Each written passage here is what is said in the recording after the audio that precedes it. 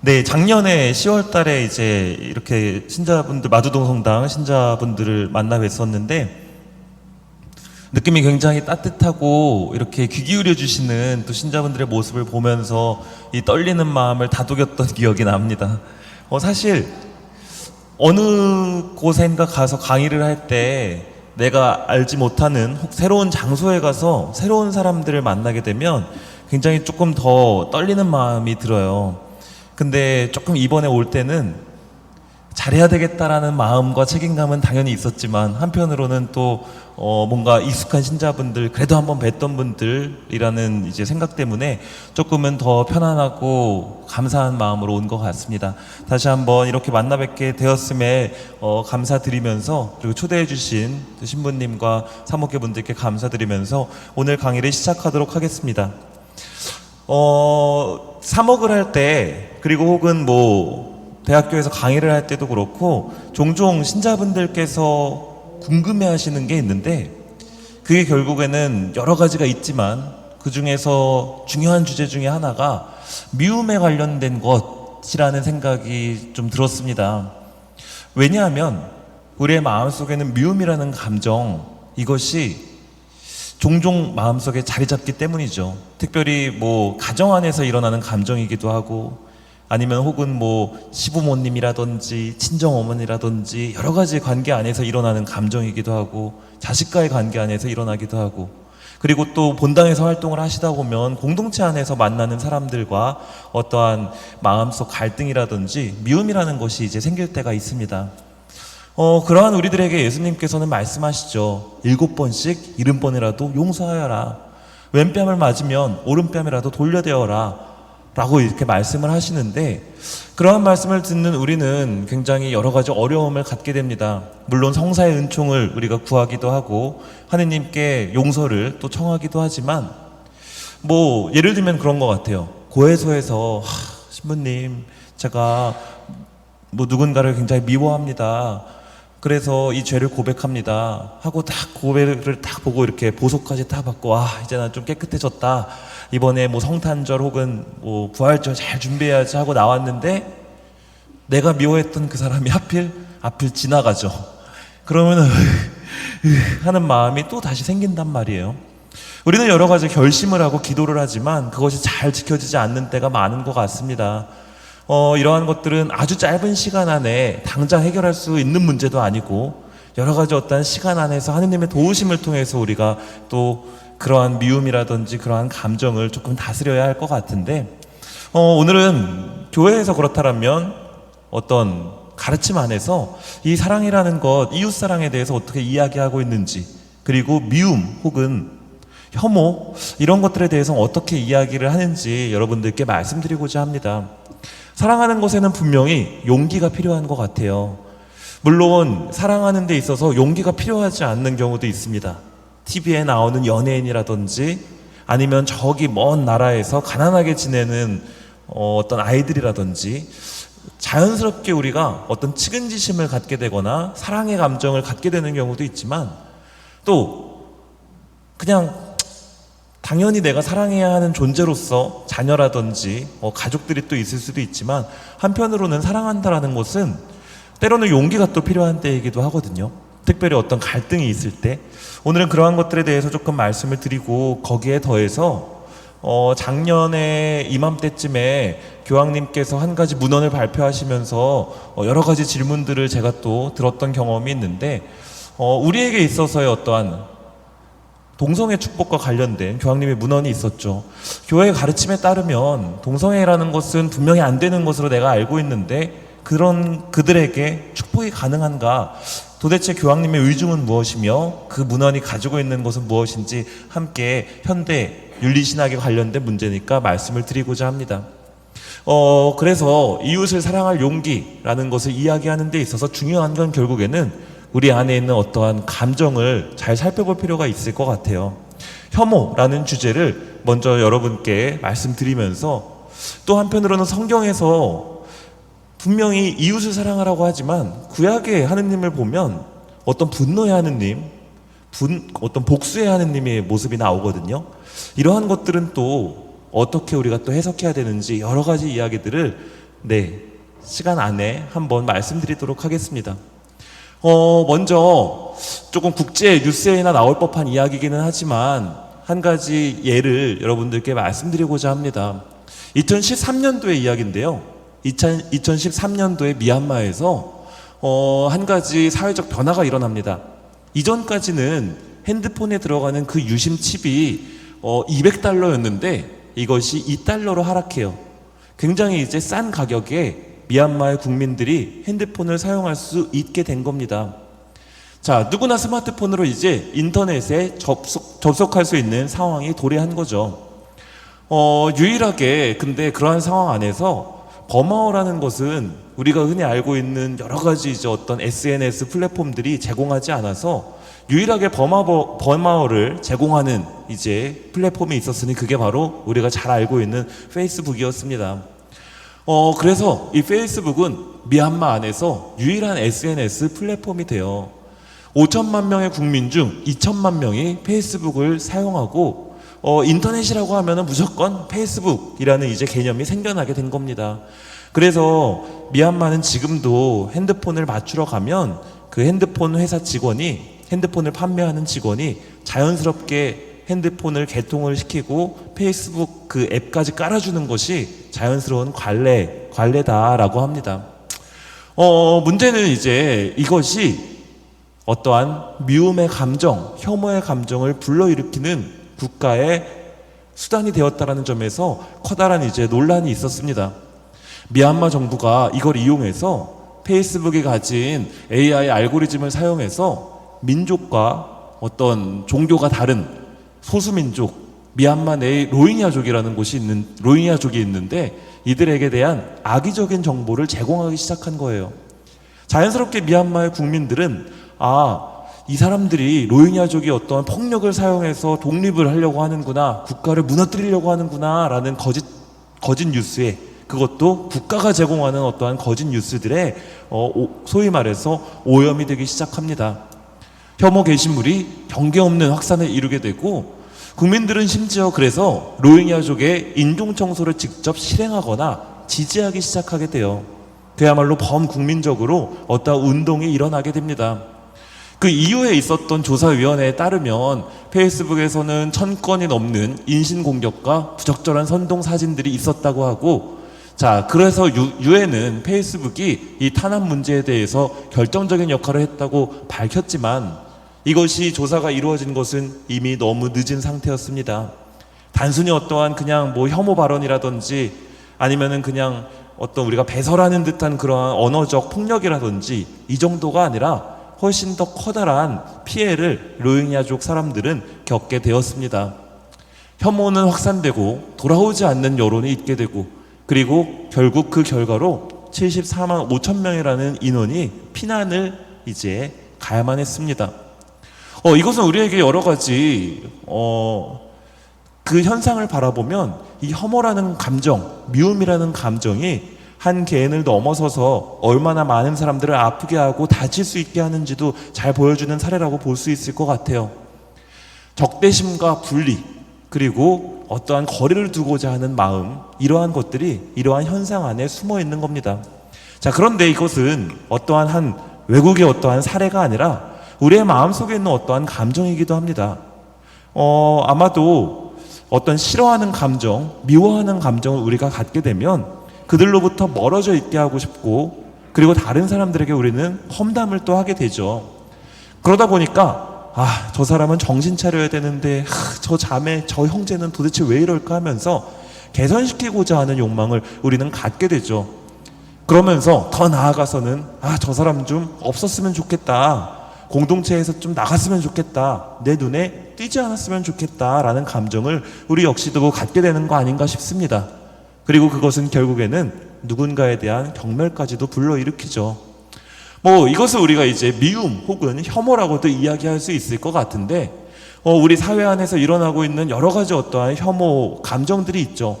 그것은 정치적 갈등에서 일어나기도 하고, 특별히 젊은 세대에게 있어서는 남성과 여성에 대한 혐오로 일어나기도 하고, 우리 일반 사회 안에서도 굉장히 많이 찾아볼 수 있는 감정이 아닌가 싶습니다.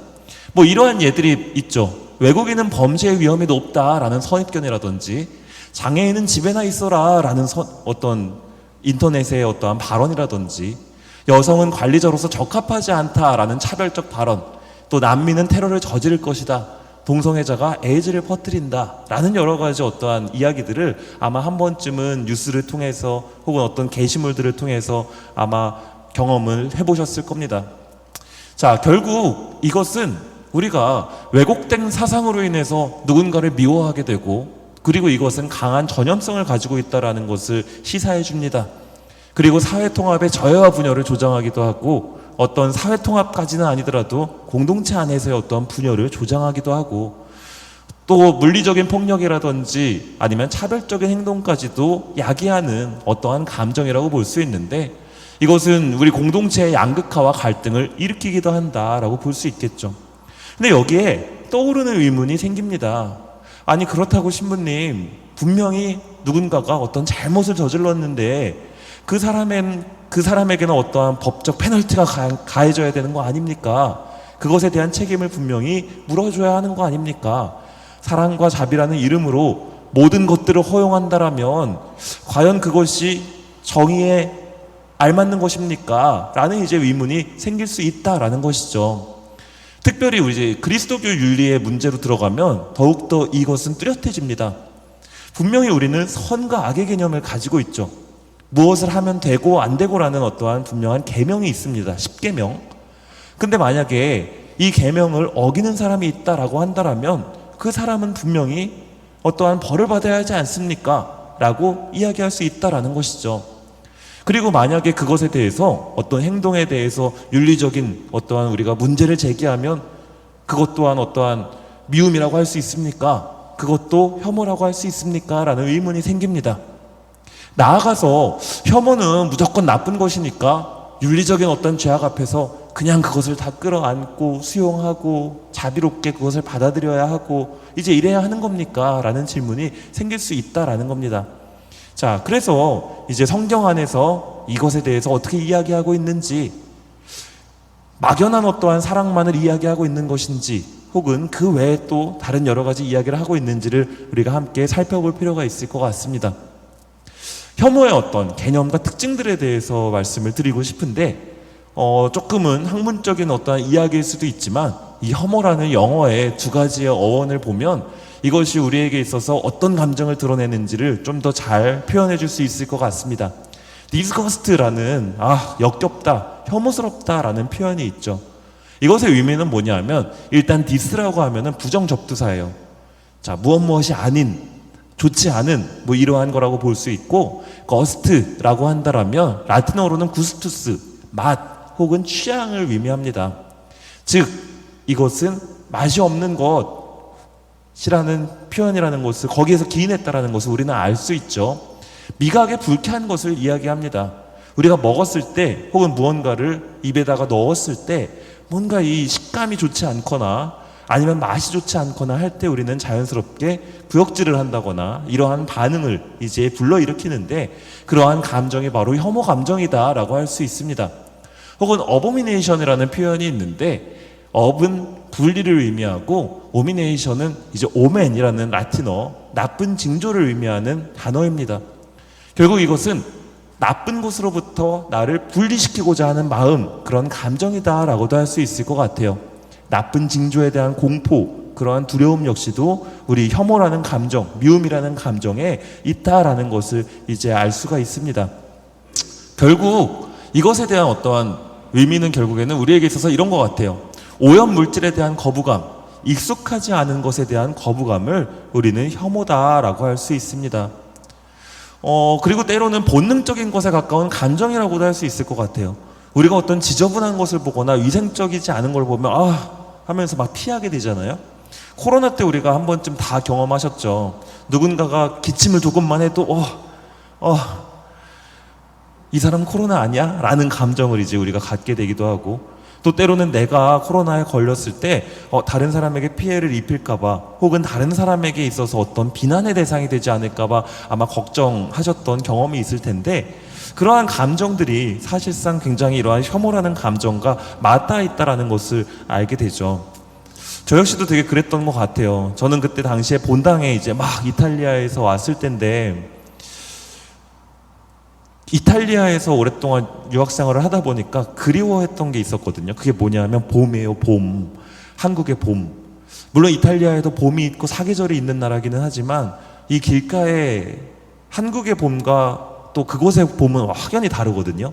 이 아기자기한 꽃들이라든지, 그렇다고 제가 뭐 꽃을 좋아하는 사람은 아니지만 외국 생활을 오래 하다 보면 고향에 있는 모든 게 다 그립잖아요. 그러다 보니까 막 그 벚꽃, 그리고 막 개나리, 진달래, 이러한 꽃들이 되게 참 그리운 마음이 있었는데, 한국에 돌아오고 나서 처음 맞이하게 된 봄은 정말 끔찍한 봄이었던 것이죠. 왜냐하면 코로나라는 것 때문에. 거기에서 이제 저 역시도 혹시라도 내가 무언가를 잘못해서 내가 코로나에 걸리면 우리 성당이 소위 말해서 아작나는 거잖아요. 그러니까 항상 그 조심하는 마음이 있었고, 아침마다 일어나면, 그때 다 많이들 그러지 않으셨을까 싶은데 아침에 일어나면은 뭐 냄새부터 맡아보는 거예요. 혹시라도 내가 이 냄새를 맡을 수 없으면 그게 코로나의 증상이라고 하니까 그랬던 이제 기억도 납니다.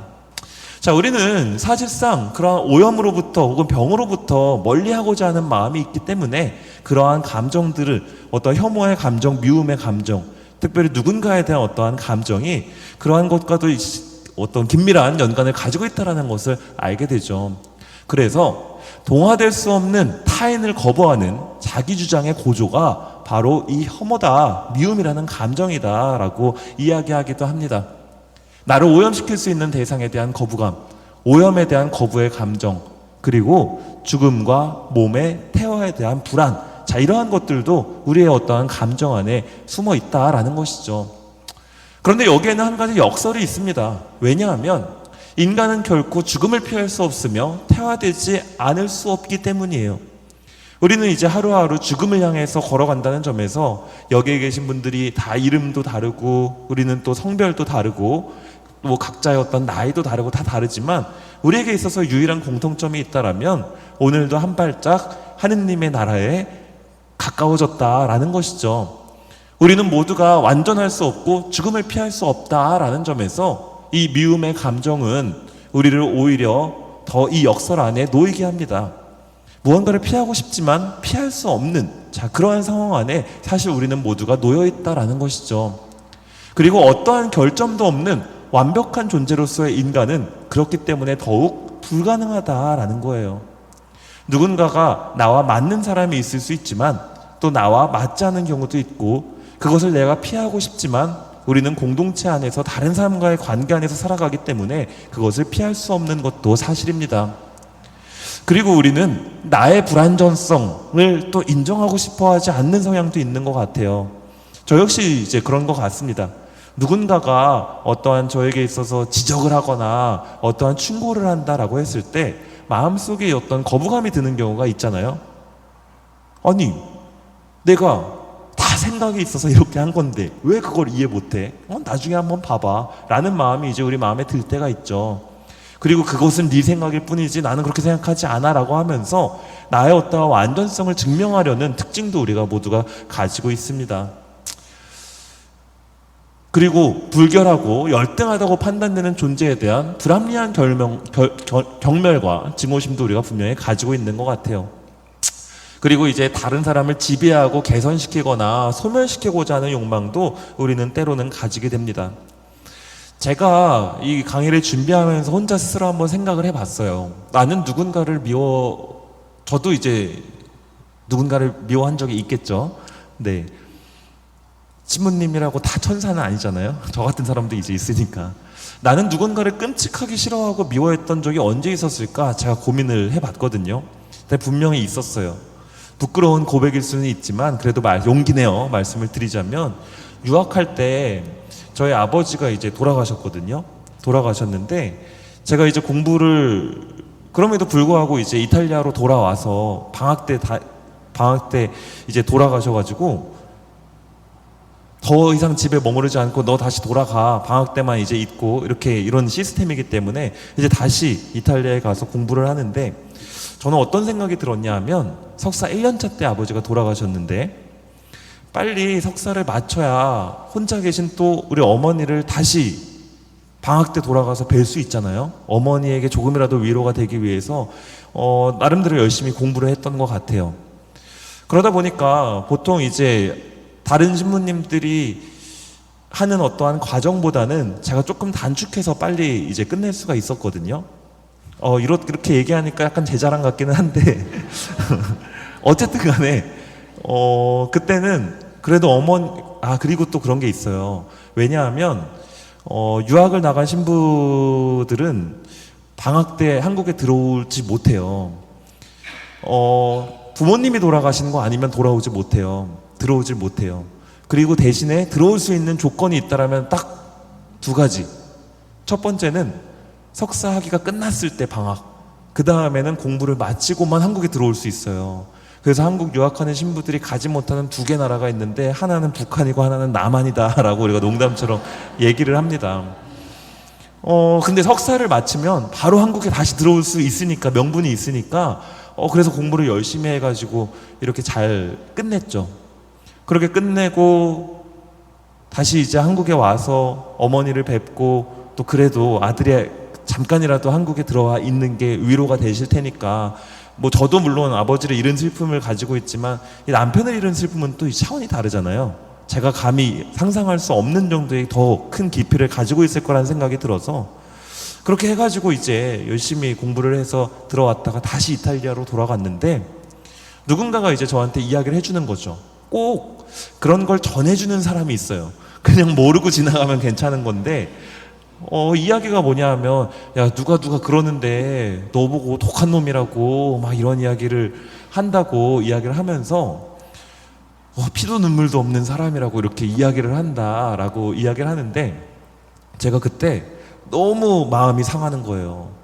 나의 어떠한 아픔이라든지 이런 거를 이해해주지는 못할 망정 뒤에서 그런 이야기를 하고 있다라는 게 지금 우리가 어느 정도 시간이 지난 다음에서 제가 이렇게 봤을 때는 뭐 그냥 지나갈 법한 이야기이기는 하지만 근데 그러한 얘기가 한 번이 아니라 막 두 번씩 세 번씩 이렇게 들리면서 제 마음속에 그야말로 이 악감정이 막 이제 쌓여가게 되는 거죠.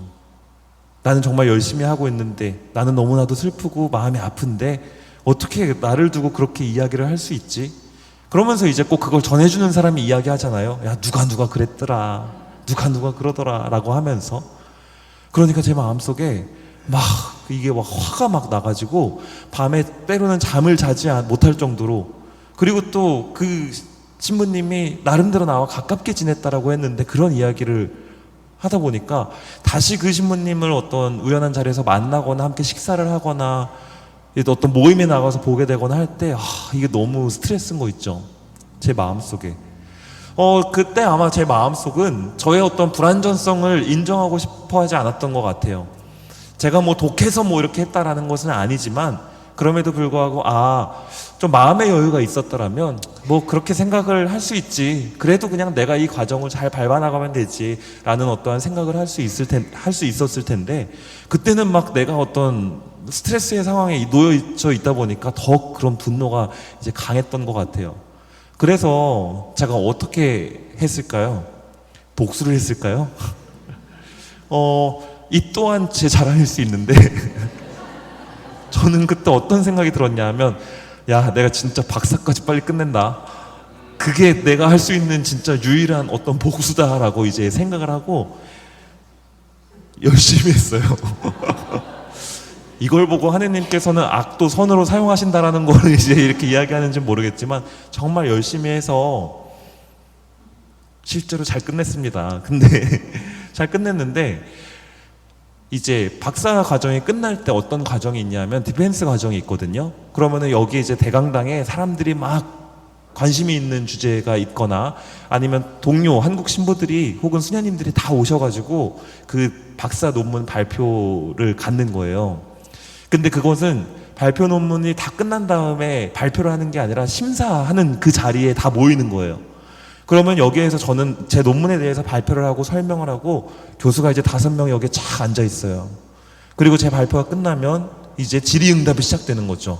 제 논문에 대한 어떠한 평가가 오가는 거죠.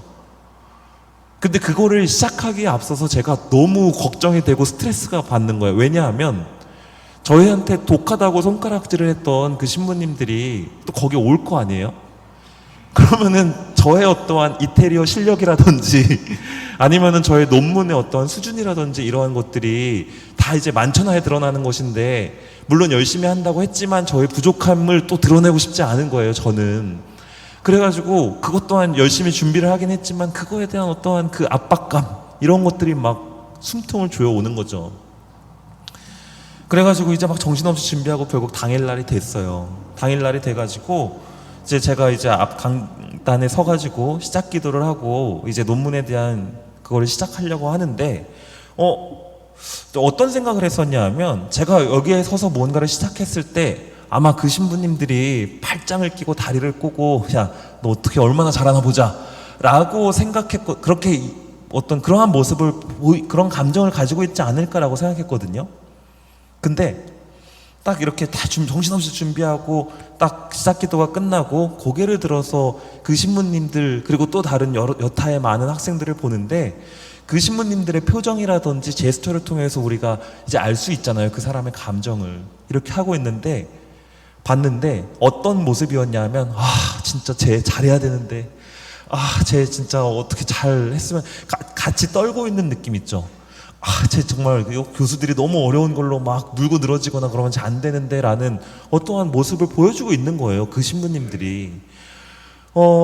그래서 그때 되게 내가 지금 완전히 내가 잘못 생각하고 있었구나 라는 것을 이제 먼저 받아들이고, 그렇게 해서 박사과정을 다 마치고 한국으로 돌아오는데, 한국으로 돌아오는 이제 공항에서 돌아가는 날에는 또 교구 신부님들이 오셔가지고 다 인사를 하고 악수를 해줘요. 우리 위정북교구 서울교구 신부님들이 그동안 고생했다라고 하면서. 근데 그분들이 다 나오셔가지고 저를 이렇게 안아주시면서, 야, 너 진짜 그동안 너무 고생 많았지, 아버지도 돌아가시고 하셨는데 라고 하면서 눈물이 글썽이거나 또 여러 가지 이러한 모습들을 보여주시더라고요. 그때 제가 그 신부님한테 미안하다는 마음이 되게 많이 들었어요. 왜냐하면 그 신부님들은 그냥 한 소리인데 누군가가 그거를 나한테 전해줬고, 저는 그거를 마음속에 품고 막 이런 생각을 했던 거예요. 그렇다라는 거를 이제 그제서야 깨닫고, 와, 진짜 내가 나쁜 놈이지 라고 하면서 저도 같이 이렇게 울컥해서 그 미안한 마음을 가지고 이제 돌아왔던 어떤 이제 생각이 납니다. 그런 것처럼 뭔가 나의 어떠한 불안전성이라든지 나의 어떠한 아픔들을 나 스스로를 이렇게 케어하지 못하고 그러한 경우들이 종종 생기는 것 같아요. 소위 말해서 누군가는 그냥 아무 의미 없이 한 말, 그거를 비유하자라면 그냥 바닥에 떨어진 화살 정도로 생각할 수가 있는데, 그것을 굳이 끄집어내가지고 내가 내 심장을 찌르는 경우가 이제 종종 생기거든요. 그러다 보면은 미움이 생겨나고 어떻게든 복수할 거야 라는 마음이 생겨나고, 그런 게 또 우리가 가지는 어떠한 감정의 하나가 아닌가라는 생각이 듭니다.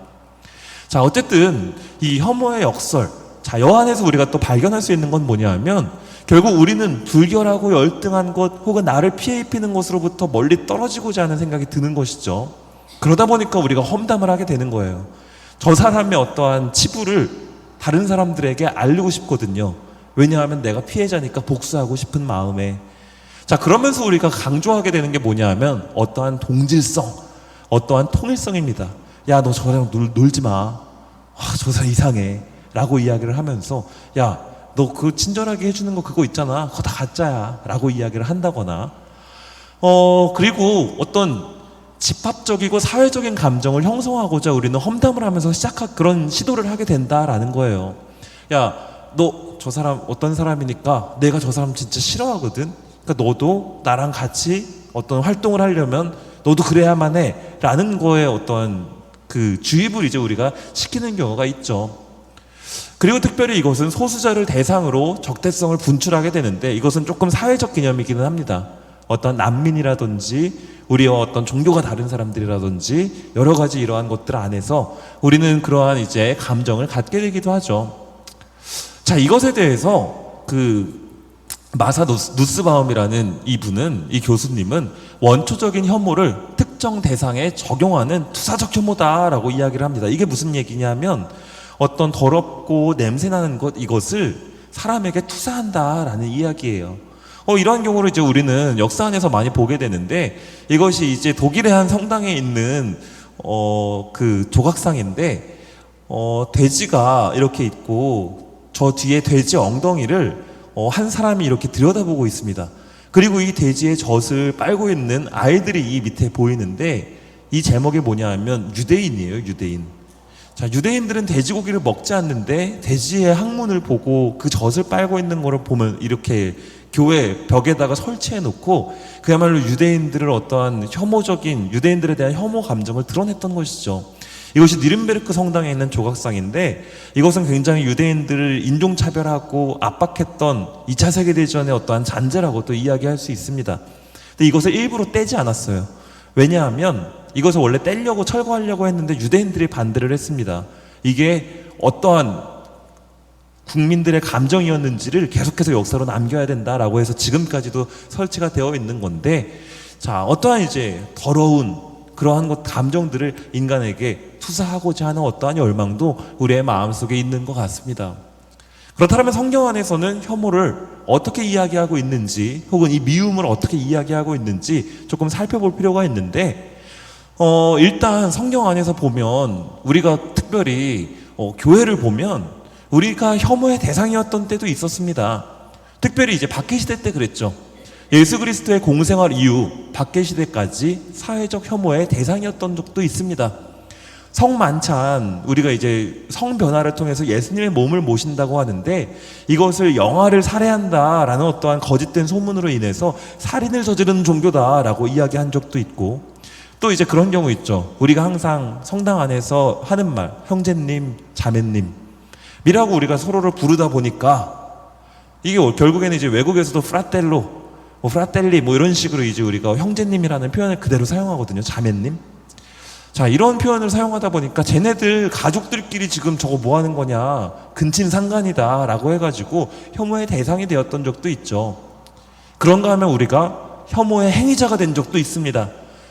유다인 박해라든지 마녀사냥이라든지 종교 재판, 그리고 신대륙 원주민 학살과 같은 어떤 행동을 통해서 교회 역시도 어떤 혐오의 가해자가 된 적도 있죠.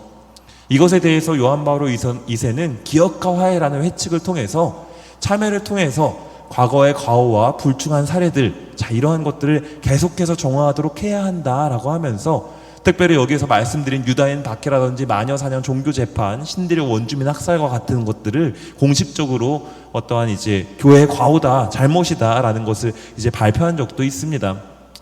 자, 어쨌든 이 혐오와 미움에 대한 감정을 우리가 들여다보는 데 있어서 구약에는 분명히 두 가지의 모습이 나온다라는 거예요. 한없이 하느님이 사랑하시는 분이시고 자비로우신 분이시고 그런 분이시냐 했을 때, 분명히 구약의 하느님과 신약의 하느님은 좀 달라 보입니다. 아마 그러한 질문들, 그러한 의문을 가지신 적이 있을 거예요. 아니, 구약의 하느님은 왜 저렇게 다 죽이고 막 복수하고 막 피를 흘리고 미워하고 막 다 뭐 조금 마음에 안 들면은 막 물에다가 다 막 잠궈버리게 하고 피를 흘리게 하고 여러 가지 어떠한 모습들, 하느님의 모습이 어떤 복수의 하느님, 분노의 하느님으로 비춰지는 경우가 있는데, 신약의 하느님은 분명히 다르죠. 예수 그리스도를 통해서 선포되는 하느님의 사랑은 분명히 다릅니다. 이것을 한번 살펴볼 필요가 있을 것 같은데, 일단 이방인에 대한 태도를 한번 보도록 할게요. 이방인에 대해서는 무조건적으로 또 하느님이 배척하신 것 같은데 그러진 않습니다. 구약 성경의 여러 구절들을 보면 이방인을 사랑하라는 마음 구절도 꽤 나와요. 레위기를 보면 너희와 함께 머무르는 이방인을 너희 본토인 가운데 한 사람처럼 여겨야 한다, 차별해서는 안 된다라고 이야기를 하고, 신명기를 보면 너희는 이방인을 사랑해야 한다라고 이야기를 하십니다. 그리고 레위기를 보면 가난한 이와 이방인을 위하여 이삭을 남겨주어야 한다라고 함으로써 이방인을 아끼고 사랑하는 모습도 보여줍니다. 자, 그러나 그렇지 않은 경우도 있죠. 탈출기 20장을 보면 하느님께서 이런 말씀을 하십니다. 너희는 이방인들의 신들에게 경배하거나 그것들을 섬기지 못한다. 주 너의 하느님인 나는 질투하는 하느님이다. 나를 미워하는 자들에게는 조상들의 죄악을 3대, 4대 자손들에게까지 갚게 할 것이다 라는 말씀을 통해서 소위 말해서 이방인들을 저주하는 듯한 모습을 보이기도 합니다. 도대체 왜 이런 일들이 벌어질까요? 구약의 하느님은 두 분이실까요? 아니면 구약의 하느님과 신약의 하느님은 분명 다른 분일까요? 라는 이제 의문을 우리는 갖게 되는데, 이것에 대해서 베네딕토 16세 교황님께서는 이것은 혐오스러운 것들의 비윤리성에 대한 하느님의 지적이다 라고 이야기를 합니다. 한마디로 이방인들이라고 다 똑같은 이방인이 아니라 무언가 거기에 분명한 차별점이 있다라는 거예요. 자, 이것에 대한 대표적인 예로 제가 열왕기 상권을 가져왔습니다. 여기에는 유난히 혐오스러운이라는 말이 많이 나오게 되는데, 솔로몬이 이제 아내들을 많이 이렇게 거느리게 되면서 여러 가지 이제 이방신들을 위한 산당을 지어주게 돼요. 그러면서 솔로몬은 시돈인들의 신 아스타롯과 암몬인들의 혐오스러운 우상 밀콤을 따랐다라고 이제 이야기를 하고, 또 다른 신들, 혐오스러운 우상 크모스 혹은 혐오스러운 우상 몰록이라는 이제 구절이 나옵니다. 지금 현대인의 관점에서 보면 솔로몬은 어떠한 그 왕인 것 같아요? 여러 가지 종교를 다 거두면서 그들을 위한 어떠한 예배의 장소, 산당을 지어줬다라고 한다라면 저거 되게 깨어있는 왕 아닌가? 라는 생각을 하실 수도 있을 것 같아요. 우리가 이제 교구장님이 부처님 오신 날에 어떠한 메시지를 보내주시고, 또 때로는 불교 국가에 가서는 거기에 이제 잠깐 머무르시면서 함께 기도도 하시고, 자, 어떠한 종교 일치, 종교에 열린 마음, 자, 이러한 감정으로 보면 솔로몬은 굉장히 마음이 열려있고 개방적인 사람이구나 라고 생각할 수 있는데, 조금 자세히 들여다보면 그것을 의미하는 것이 아님을 우리는 알게 됩니다. 제가 그래서 이제 몇 가지 자료를 이제 준비해 왔는데, 여기에 나오는 네 신이 어떤 것을 의미하는지를 말씀드리도록 할게요. 아스타롯이라는 신은 전쟁과 성적 사랑의 신입니다. 한마디로 성행위의 신이에요. 밀콤이라는 신은 지하세계와 불, 장례식 제물, 죽음과 관련이 되어 있습니다. 크모스라는 신은 파괴자, 통치자를 의미하고 인간을 희생제물로 바쳤던 신이에요. 자, 그리고 마지막으로 몰록이라는 신은 고대 근동 지역에서 어린이를 불에 태워서 제물로 바쳤던 신입니다. 이 신들의 이미지도 제가 사전에서 다 가져왔는데, 특별히 마지막 네 번째 이제 맨 아래에 있는 이 사진을 보면 이 소로 형상이 되어 있고 그 안에 불이 타고 있는 게 보이시죠?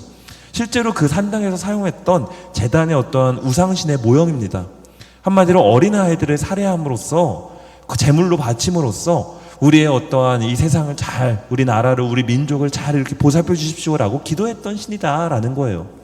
결국에는 여기에서 우리가 볼 수 있는 것은 솔로몬은 단순하게 다른 종교의 관용적인 어떠한 왕이 아니라 윤리적 죄악을 동반하고 있는 우상을 숭배하게 된 왕이었다라는 것을 알게 됩니다.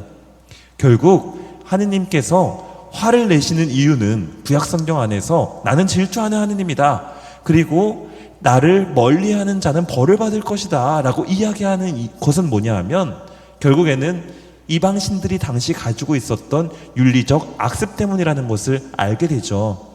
그렇지 않다라면 이방인은 자연스럽게 우리가 사랑해야 할 어떠한 존재인데, 그렇지 않은 존재가 있다라면 그들은 벌을 받게 될 것이다 라는 것을 우리에게 분명히 이야기하십니다. 결국 여기에서 우리는 두 가지 개념을 분명하게 나눌 필요가 있어요. 하느님께서는 우리에게 무엇을 요구하냐 하면 윤리적인 악 혹은 행동의 오류라고 할 수 있겠죠. 죄에 대해서는 우리가 분명히 그것에 대해서는 혐오의 감정을 가질 것을 명령하십니다. 어떠한 윤리적 죄에 따른 행동이나 사고방식에 대해서 우리가 거부감을 가질 필요가 있다라는 거예요. 내가 누군가를 미워하거나 누군가를 심판하려고 하거나 복수하고자 할 때, 이것이 내가 잘못된 것이다 라는 것을 인지하고 그러한 행위, 나의 안에 있는 미움을 멀리하고 피해야 할 것, 이것을 하느님께서는 항상 구약성경을 통해서 우리에게 제시해 주셨다라는 것이죠. 그리고 불의에 대항하는 모습을 우리에게 요구하기도 하십니다. 또 어떤 행동을 했을 때 그것에 대해서 너희는 분명히 어떠한 책임을 받게 될 것이다 라는 메시지를 구약성경에서 알려주고 계신다라는 것을 우리가 생각할 필요가 있습니다. 그런데 또 한편으로는 오류에 대해선, 그리고 인간의 죄에 대해서는 우리가 혐오하고 미워할 필요가 있는데, 그것을 저지른 사람은 또 분명히 지켜줘야 한다라는 메시지를 성경은 우리에게 일관되게 전해주고 있다라는 겁니다. 하느님의 예외 없는 사랑이 모든 인간에게 있다라면 결국 그것은 나중에 그리스도의 어떠한 십자가형과 결합됨으로써 잘못을 저지른 사람까지도 모두 그 사람을 미워해서는 안 된다. 그 사람이 저지른 죄에 대해서는 미워하더라도 그 사람은 미워해서는 안 된다라고 이제 말씀하신다라는 것이죠. 여기에서 우리가 잘 생각해 볼 것은 뭐냐 하면 결국에는 어떠한 죄, 잘못이 있다라면 우리가 그것을 수정해주고 바로잡고 혹은 사회적 책임을 묻게 하는 것은 어떻게 보면 또 다른 사랑의 한 표현일 수 있는데 그것이 그 사람에 대한 미움과 복수심에서 나오는 것이라면 그것은 결국에는 내 안에 또 다른 악을 만들어낸다라는 것을 이제 알 수가 있습니다. 대표적인 이제 예를 예수님의 경우에도 볼 수 있어요. 예수님께서도 분명히 오류에 대한 혐오를 보이십니다. 어떤 경우가 있냐면 성전상을 확 뒤엎는 경우라든지 아니면 이제 잡혀가시는 날 밤에 보이는 행동이시라든지 아니면은 분명히 바리사이파들과 율법학자들의 어떠한 왜곡된 행동에 대해서 어떠한 지적을 하시죠. 그리고 그들의 잘못에 대해서는 분명히 잘못되었다라는 것을 분명히 이야기를 해주십니다. 그런데 오류를 저지른 이에 대한 혐오는 단호히 거부한다라는 거예요. 십자가 위에서 예수님께서 어떻게 기도하시죠? 주님, 저들을 용서해 주십시오. 저들은 저들이 하고 있는 일이 무엇인지 알지 못합니다. 라고 말씀하심으로써 사랑의 어떠한 계명을 직접 몸소 드러내 보이시죠.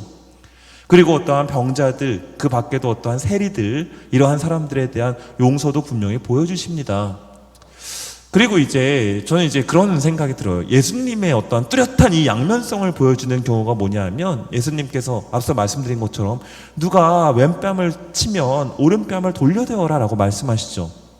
근데 예수님께서 뺨을 맞으신 다음에 다른 행동을 하시는 경우가 있습니다. 잡혀가시는 날 밤에 이제 로마 병사가 와가지고 뺨을 치자 예수님께서 뭐라고 하시죠? 요한복음에서 왜 나를 치느냐라고 말씀하시죠. 말씀대로라면 당신의 다른 쪽 뺨도 돌려대야 되는데 왜 나를 치느냐라고 하면서 그의 어떤 행위에 대한 불합리함을 분명히 제시하신다라는 겁니다. 그리고 한국말에도 이제 그래서 그런 이야기가 있죠. 죄는 미워하되 사람을 미워하지 말라. 이것이 이제 하느님께서 그리고 예수님께서 우리에게 알려주고자 하시는 뚜렷한 가르침이라는 것을 우리는 생각할 필요가 있습니다. 그렇다면 교회에서는 이것에 대해서 어떻게 이야기하고 있는지 함께 생각해 볼 필요가 있을 것 같은데 일단 어떤 사람으로든 사랑하고 차별하지 말라라는 것이 교회의 가장 기본적인 가르침이다라고 볼 수 있습니다. 특별히 사회, 정치, 종교 문제에서 우리와 달리 생각하는 사람이 있다고 하더라도 그 사람이 윤리적 죄악을 저지르지 않는다라고 한다면 그 사람을 분명 존경하고 사랑해야 한다라고 이야기를 하고 있습니다. 그러나 한 가지 여기서 분명히 사목헌장 같은 경우에서 이야기하는 경우는 뭐냐 하면 그러나 분명히 이러한 사랑과 호의가 진리와 선에 대해서 우리를 무관심하게 만들어서는 안 된다라고도 이야기를 합니다. 결국 앞서 말씀드린 것처럼 진리와 선, 윤리적 문제에 있어서는 단호하게 대처해야 한다라는 것을 우리에게 말씀해 주신다라는 것이죠. 여기에서 이제 결국에는 앞서 말씀드린 오류에 대한 혐오와 오류를 저지른 이에 대한 혐오를 조금 더 이제 구분해 보자라면 결국 죄에 대한 혐오는 오류는 항상 배격해야 하는 것으로서 우리가 생각할 필요가 있겠고 나쁜 성격이라든지 악한 행위에 대한 미움이라든지 이러한 것들에 대해서는 우리가 분명히 가지고 있어야 된다. 그리고 이것은 악행과 결함을 제거하기 위한 것이다 라는 것을 알게 됩니다. 자, 그리고 하느님의 질서에서 어긋나는 것에 대한 두려움을 우리가 가지고 있어야 된다라는 거예요. 자, 그러나 오류를 저지른 사람을 혐오하는 것에 대해서는 우리가 분명히 배격하는데 왜냐하면 이것은 하느님의 사랑에 반대되는 것이기 때문입니다. 그리고 오류를 저지른 사람이라고 하더라도 언제나 인간의 존엄성을 지니기 때문에 혐오의 대상이 될 수 없다라는 것을 분명히 한다라는 거예요. 제가 좋아하는 이제 이야기 중에 호주의 한 성당에 이렇게 써 있다라고 하더라고요. 미래 없는 죄인 없고 과거 없는 성인 없다라는 이야기가 호주의 한 성당에 써 있다라고 하는데 미래가 없는 죄는 없다라는 것은 그 사람이 가지고 있는 가능성, 어떤 회개의 가능성을 분명히 이야기하고 있다라고 볼 수 있고 또 과거 없는 성인 없다라고 한다면 우리 베드로 성인이라든지 바오로 성인이라든지 이런 성인들의 모습을 보십시오. 그들이 어떠한 가지고 있었던 결함이라든지 어떠한 한계가 있었음에도 불구하고 그들이 결국에는 하느님에 의해서 변화되고 예수님을 선포하고 순교까지 당할 수 있었던 것은 그들이 이제 과거가 있다고 하더라도 그들이 결국에는 어떠한 결과적인 측면에 있어서는 그럼에도 불구하고 성인품에 오르는 그들을 봐라 라고 한다라면 우리의 마음속에 있는 어떠한 미움의 대상조차도 그러한 가능성을 분명히 가지고 있다라는 것이고, 하느님께서는 그를 사랑하는 자녀로서 여기고 계시다라는 것을 우리가 생각할 필요가 있다라는 겁니다. 그리고 하느님이 홀로 심판자시다라는 것을 우리가 잘 생각해 볼 필요가 있어요. 이것은 우리에게 커다란 희망을 주기도 합니다. 하느님께서 모든 것을 알고 계신다라는 것. 와, 저 사람이 나한테 이렇게 나를 대하고 이렇게 했는데 세상 사람들은 아무도 몰라 라고 하면서 내 마음속에서 그것을 다른 사람들에게 이렇게 이야기할 것이 아니라, 하느님께서는 모든 것을 알고 계시니까, 하느님께서 내 지금 아픈 마음을 어루만져주고 계시니까 라는 희망을 우리가 분명히 가지고 있어야 된다라는 것이죠. 그래서 이제 그런 비유를 할 수 있을 것 같아요. 누군가가 쏜 화살을 내가 땅에 집어서 땅에서 집어서 내 이제 심장에다가 박고, 그 다음에 어떻게 해요? 우리는 이 화살을 내 몸에 다 마음껏 상처를 입힌 다음에 이거를 빼가지고 다른 사람들의 심장에 찌르는 거예요. 이걸 어떻게 보면은 전염시킨다라고도 볼 수 있겠죠. 자, 그러나 이것은 사실상 하느님께서 아주 슬퍼하시는 일이다라는 것을 우리가 잘 생각해 볼 필요가 있을 것 같습니다. 자, 결국 그런데 이러한 상황 안에서 또 다른 이제 의문이 생긴다라는 것이죠. 그렇다면 혐오를 제거하는 차원에서 다른 사람의 어떠한 행동, 모든 사람의 행동을 그렇다면 받아줘야 되는 건가요? 라는 애매한 문제가 이제 여기에서 계속해서 펼쳐집니다. 이건 곧 상대주의를 인정하는 거 아닌가요? 뭐 이렇게 할 수도 있고 저렇게 할 수도 있지 뭐 윤리적인 죄악이 아니면 뭐 또 다른 사람한테 뭐 이렇게 할 수도 있고 뭐 할 수 있는 거지 뭐. 거기에서 파생되는 것에 대해서 내가 잘 모르니까 그래 그럴 수 있다 라고 이제 생각하는 경우가 있는데, 이러한 경우에는 우리가 어떻게 대처해야 되는가라는 것을 생각해 보게 된다라는 겁니다. 여기에서 이제 문제가 생겨나는 것이 바로 동성 커플 축복 문제라고 할 수 있을 것 같아요. 특별히 이제 이 시대를 살아가고 있는 젊은이들은 이것에 대해서 다른 생각을 가질 수 있지만, 또 대부분의 우리 한국 문화 안에서 자라난 사람들은 동성애자들을 조금 거부하는 마음, 그리고 어떤 심지어 혐오하는 마음도 분명히 가질 수 있다라고 봅니다. 교회는 분명히 동성애에 대해서 반대하는 입장을 가지고 있죠. 그리고 그것은 안 되는 것이 확실합니다. 그러나 교황님께서는 동성 커플을 축복할 수 있다라고 이렇게 말씀을 하셨는데, 도대체 이것이 왜 이런 식으로 이야기가 나오는 걸까라는 것에 대해서 아마 이 뉴스를 보신 분들은 궁금하셨을 것 같은데, 그 궁금증을 오늘 간단히 풀어드리도록 하겠습니다. 최근 동성애 커플 축복과 관련돼서 교황의 발표가 있었는데, 교황의 의중은 무엇이며 우리는 어떻게 대처해야 하는가라는 것에 대해서 말씀을 드리고자 합니다. 뉴스에 이제 이렇게 나왔죠. 프란치스코 교황, 가톨릭 사제들이 동성 커플을 축복할 수 있다라고 말씀을 하셨고, 자세한 뉴스가 이제 나오기는 했지만 결국에는 이거예요. 로마 가톨릭 교회의 성소수자들 입장에선 중요한 진전이다. 우리도 성공회처럼 동성애 신부가 나올 수도 있고, 동성 결혼을 어떤 혼인 성사로서 받아들일 수 있는 날이 점차 다가오는 거 아니냐라는 식의 뉴스가 많이 나왔거든요. 자, 그런데 이 동성애와 관련해선 또 여러 가지 이야기를 할 수 있겠지만, 하느님께서는 분명히 동성애에 대해서 거부하는 어떠한 말씀들을 구약 성경에 많이 새겨 놓으셨고, 바오로 사도 역시도 동성애에 대한 분명한 메시지를 우리에게 전해주고 있습니다. 성경을 읽다 보면, 특별히 바오로 서간을 보면 비역이라는 이제 표현을 아마 보셨을 거예요. 그 비역이 동성애를 지칭하는 거거든요. 동성애 행위에 대해서 지칭하는 것인데, 자, 분명히 성경엔 그렇게 쓰여 있는데, 그리고 교회는 지금까지 그러한 가르침을 고수해 왔는데, 교황님께서는 왜 이 말씀을 하신 걸까라는 것을 우리가 오늘 보도록 하겠습니다. 과연 교회의 입장이 변한 것인가? 교회의 교리가 변한 것인가?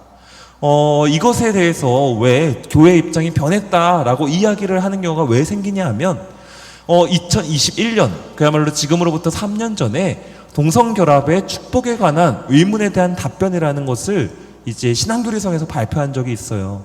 여기에서 분명히 동성 결합의 축복이 가능한가라고 했을 때 교회는 네거티브, 아니다 라고 이제 분명히 이야기를 했었습니다. 왜냐하면 이 동성 결합을 어떠한 성사에 참여하는 사람의 올바른 의도가 전제되어 있어야 하는데, 동성 간의 결합은 혼인을 전제하고 있는 것이 아니기 때문에 그 혼인이라고 한다면 자녀의 어떠한 탄생을 의미하는 것이죠. 그렇기 때문에 질서에서 어긋나는 것이다 라는 것을 교회는 분명히 밝혔습니다. 자, 그러면서 어떻게 이야기하는 것이 뭐냐 하면, 결혼과 가정에 대한 하나님의 계획과 어떤 식으로든 유사하지 않다. 그러니까 동성애는 축복할 수가 없는 대상이다 라고 분명히 교회가 가르침을 내린 적이 있습니다. 물론 그러면서 이런 대답을 하기도 했죠. 동성 간 결합에 대한 축복의 불법성이 부당한 차별의 의도를 가지고 있는 것은 아니다. 자, 그들을 어떠한 사회적인 차별로서 이렇게 대하는 것이 아니라, 그들을 어떤 우리 일반 사회 안에서 어떠한 차별을 함으로써 그 사람을 대하는 것이 아니라, 이것은 그야말로 하나의 어떠한 권한이고 하느님의 어떠한 진리이면서 성사의 본질일 뿐이다 라는 것을 분명히 이야기한 적이 있습니다. 자, 그런데 2023년에 축복의 사목적 의미에 관한 선언, 간청하는 믿음이 나왔다라는 것이죠. 여기에서 이제 이야기하는 것은 뭐냐 하면, 분명히 이야기를 하고 있습니다. 혼인은 아니다. 이것은 축복일 뿐이다 라고 이야기를 하고 있어요. 그러면서 혼인의 본질적인 구성 요소를 그리고 여기에 혼란을 일으키는 방식으로 축복이 거행돼서는 안 된다라는 것을 분명히 이야기를 하고 있습니다.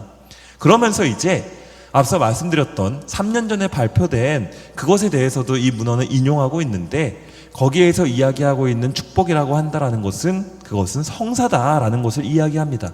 혼인 성사에 대해서 이야기를 하고 있는 거예요. 그러나 이제 여기서 분명히 이야기를 하고 있는 것이죠. 맞다. 절대로 혼인이 성사 안에서 동성 혼인이 축복되는 것이, 그 결혼을 허용하는 것이 절대 아니며 그것은 성사 효력을 지니지도 않는다 라면서 이것을 간단하게 말씀을 드리자면, 결국에는 동성 커플의 축복이라고 한다라면 이 커플의 사랑을 축복해 주는 것이 아니라 개인의 어려움에 대한 축복은 허용된다라고 이야기를 하는 겁니다.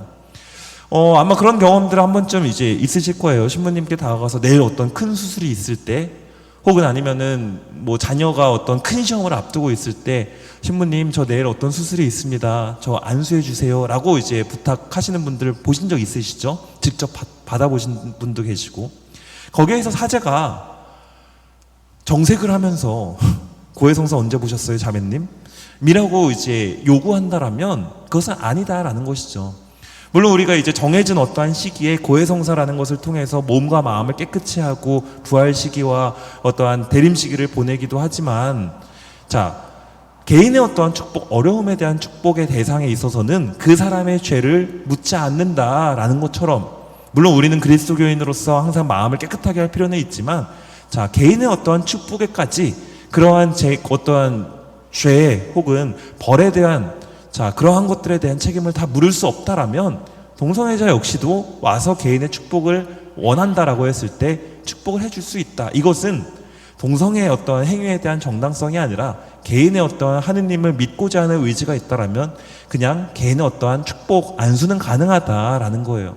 그러면서 이 회칙이 이야기하는 것은 뭐냐 하면, 어떠한 사목적 행위로서 이것이 되어서는 안 된다라는 것을 이야기를 합니다. 사제가 절대 어떠한 그 사제복을 입고, 특별히 제의를 입고서는 그 축복을 축복한다거나, 아니면 사람들이 있는 공공연한 가운데에서 공적인 예식 안에서 축복을 해줘서는 안 된다라는 것을 분명히 이야기를 하고 있습니다. 자, 그럼에도 불구하고 어쨌든 축복은 그럼에도 불구하고 개인의 축복은 가능하다라고 하는 행위라는 이유는 뭐냐 하면, 사목적 행위가 너무 많은 윤리적인 전제 조건 아래에 놓여서는 안 된다라는 거예요.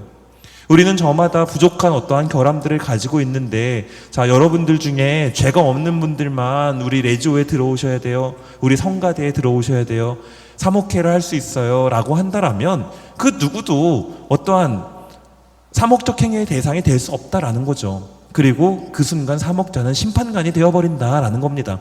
앞서 말씀드린 것처럼 유일한 심판관은 하느님이시다라는 거예요. 이것은 감독이라는 핑계로 축복의 기반이 되는 하느님 사랑의 무조건적인 힘을 인간이 가리워버릴 수 있기 때문에 자, 우리는 그러한 것들을 하느님께 위임해야 된다라는 것을 분명히 이야기를 합니다. 그러면서 이런 이야기도 해요. 교도소라든지 재활공동체의 사람들을 예를 들어서 이제 이야기하기도 합니다. 예를 들면 우리가 그런 경우 있거든요. 교정사목으로 우리가 나가잖아요. 감옥에 계신 분들, 사형수들이나 이러한 분들을 위해서 사제가 가서 기도도 해주고 함께 미사도 하고 특별히 이제 세종례도 하고 뭐 이런 예식을 우리가 하게 되는데 그들은 분명 어떠한 사회적 책임을 묻고 있고 죄를 저지른 사람들이지만 그럼에도 불구하고 하느님의 사랑을 전달하고자 하는 어떠한 사목자의 그러한 배려가 있는 것처럼 이제 동성애자들 역시도 그러한 상황 안에 놓여져 있으니 그러한 것들을 분명히 해줄 수 있어야 된다라는 개념으로 이 선언을 생각하시면 될 것 같습니다. 그리고 단순히 어떠한 우리가 성물을 축복해주고자 하는 이제 그러한 분들께도 지금 자매님 제가 잘 알고 있는데 지금 누구랑 사이 안 좋죠? 가서 화해하고 와요.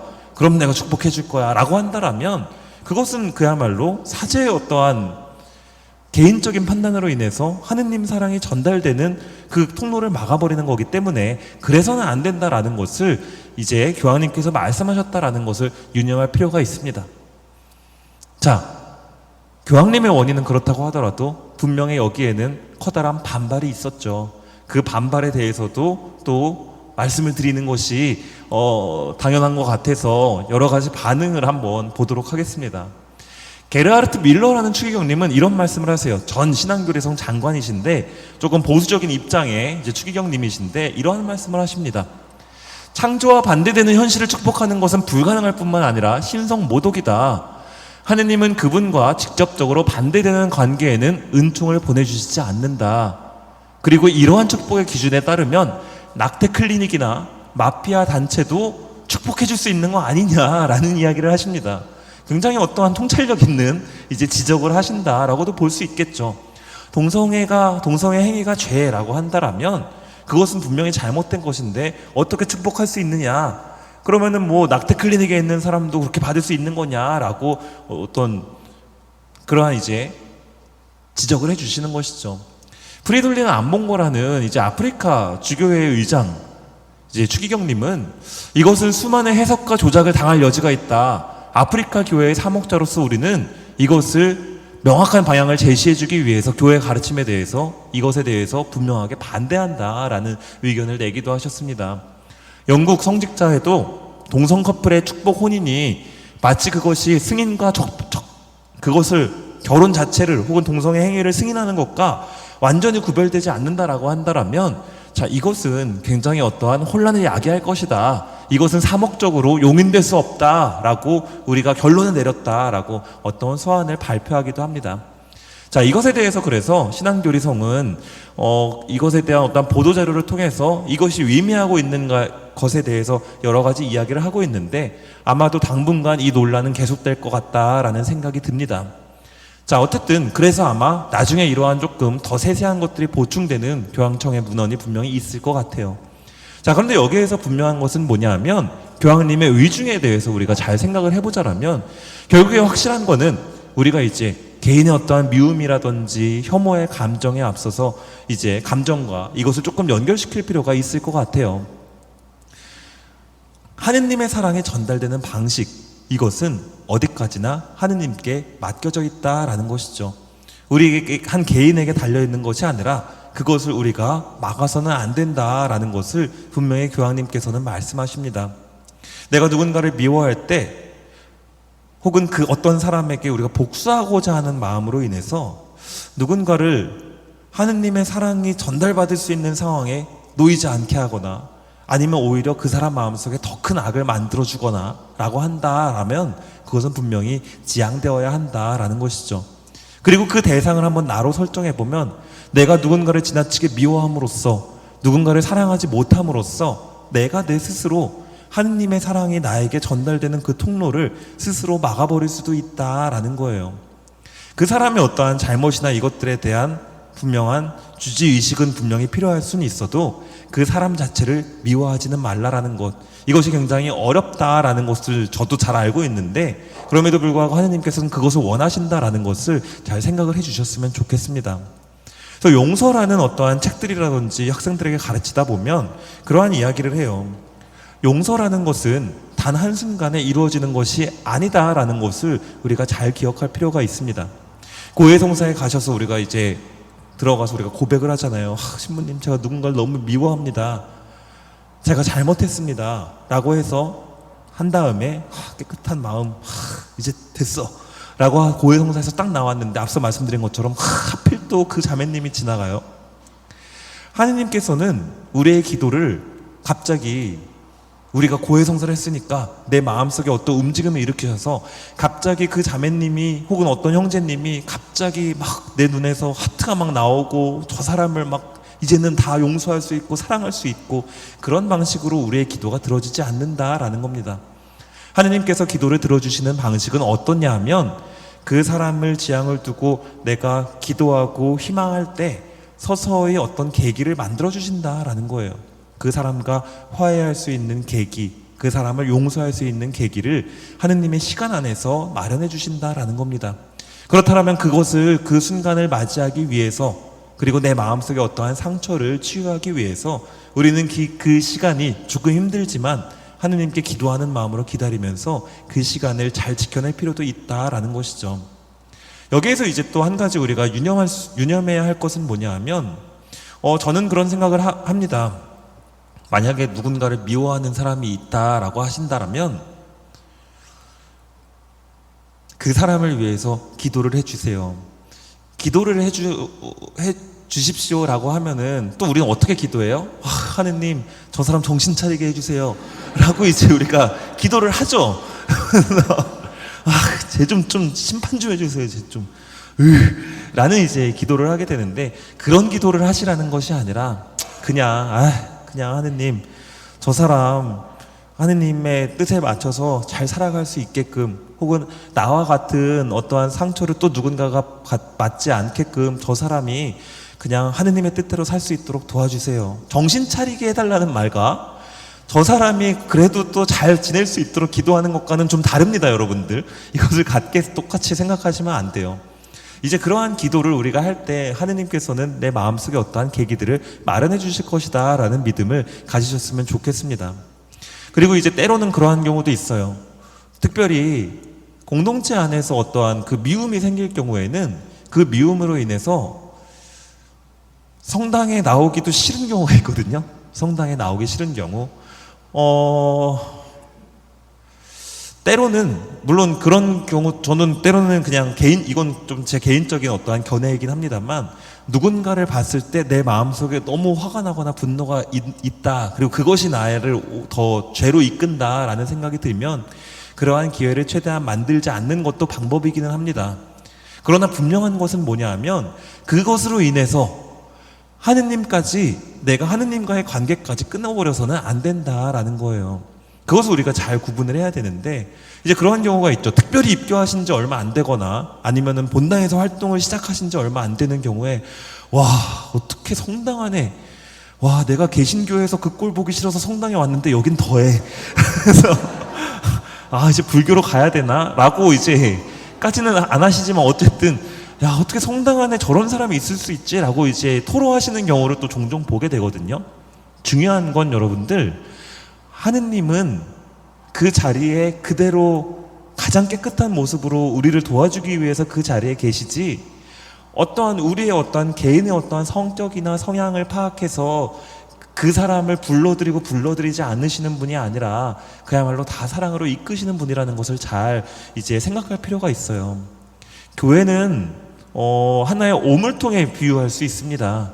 교회는 하나의 오물통에 비유할 수 있다. 한마디로 배설물들이 가득한 변기가 곧 우리 인간이다라는 거예요. 우리가 한계를 가지고 있고 결함을 가지고 있다라고 한다라면 하지만 그 안에 있는 황금의 가치는 결코 물이 더럽다라고 해서 변하지 않는다라는 것이죠. 그러나 우리는 때로는 그것을 오해해서 그냥 당장 물로 내려버리고 싶은 마음에 그 안에 있는 황금을 꺼내서 닦지는 못하고 그것을 그냥 내려버리는 경우가 이제 종종 생기는데 이제 그러한 미움을 내 마음속에서 어떻게 갖고 나갈 것인지 그것을 이제 잘 한번 생각해 볼 필요가 있을 것 같습니다. 그래서 이제 강의를 정리하면서 말씀을 드리자면 앞서 말씀드린 것처럼 결국에는 우리는 어떠한 하느님이 홀로 심판자다라는 것, 그리고 사람들의 마음을 꿰뚫어 보신다라는 것을 잘 생각할 필요가 있다라는 거예요. 그리고 우리는 또 내 행동에서 어떠한 잘못이 있지는 않을까, 그것에 대해서는 나의 잘못에 대해서는 미워하면서 다른 사람은 미워하지 않는 어떠한 연습이 필요하다라는 겁니다. 성경에 드러나는 예수님의 가르침을 마지막으로 말씀을 드리게 될 건데, 사마리아인의 비유를 우리가 잘 생각해 볼 수 있을 것 같습니다.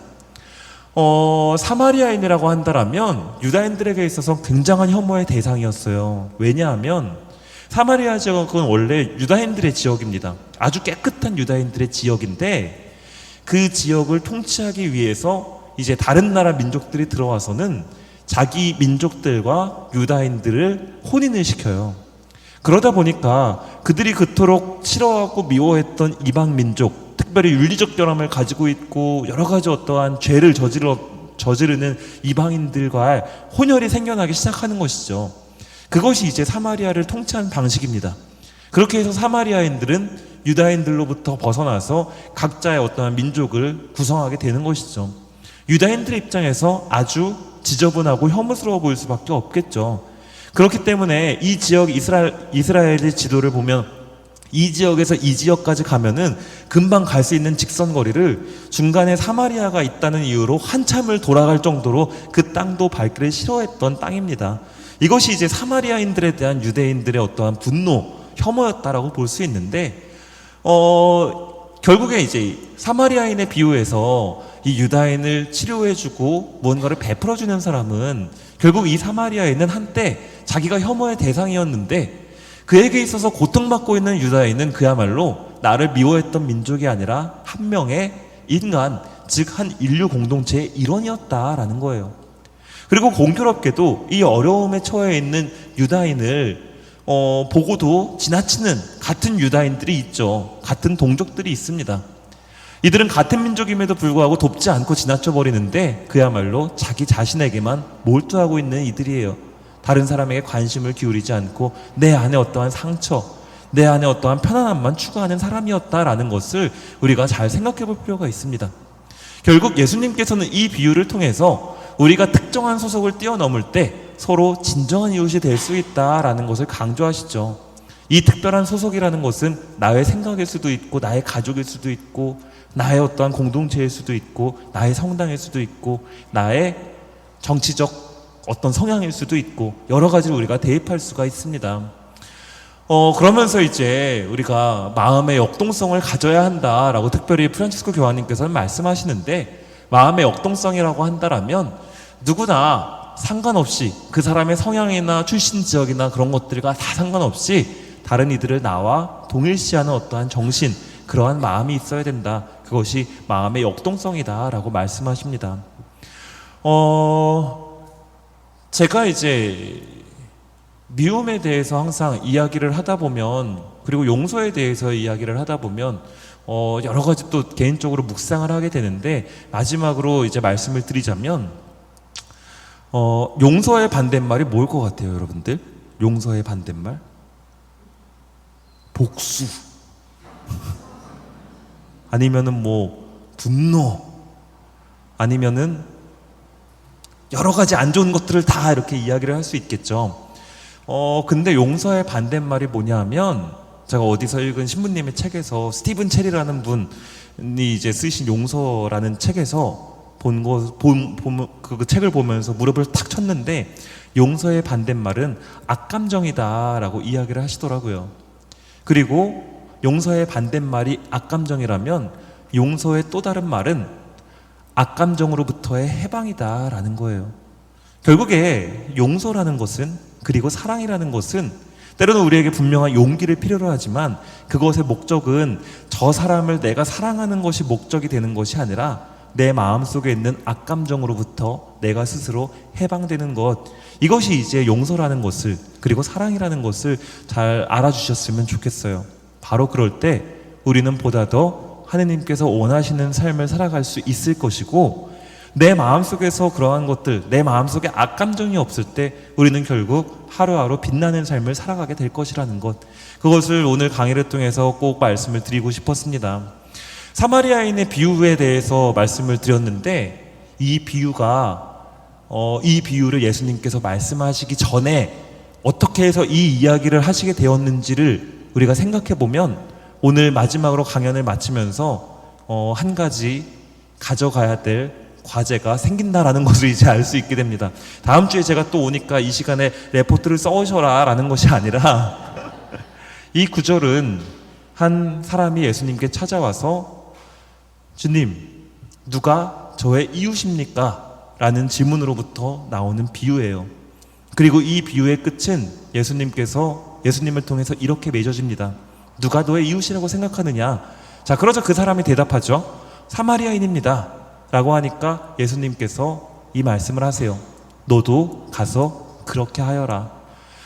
우리에게 원하시는 그 사랑, 그리고 그것은 용기도 필요하고 어려움도 필요하지만 기나긴 시간 안에서 나 스스로가 또 치유되는 과정이라는 것을 기억하면서 여러분들도 그렇게 할 수 있는 용기 있는 신앙인이 되시길 바랍니다. 다음 시간에는 제가 자유에 대해서 이야기를 드릴 텐데 때로는 하느님의 계명이나 어떠한 교회의 여러 가지 규칙들이나 특별히 십계명 이러한 것들이 우리의 자유를 올가매는 것처럼 느끼는 경우가 생기죠. 맨날 하지 말라고만 하고 하라는 건 교무금 내라는 것밖에 없고 이러한 이야기들을 우리가 많이 하게 되는데 자유란 무엇일까요? 그리고 우리의 자유는 어떻게 실현되는 건지 그러한 것들은 다음 시간에 또 조금 더 잘 준비해서 말씀드리도록 하겠습니다. 일단 마침 기도로 영광송 바치도록 하겠습니다. 성부와 성자와 성령의 이름으로 아멘. 영광이 성부와 성자와 성령께 처음과 같이 이제와 항상 영원히 아멘. 성부와 성자와 성령의 이름으로 아멘. 긴 시간 감사합니다.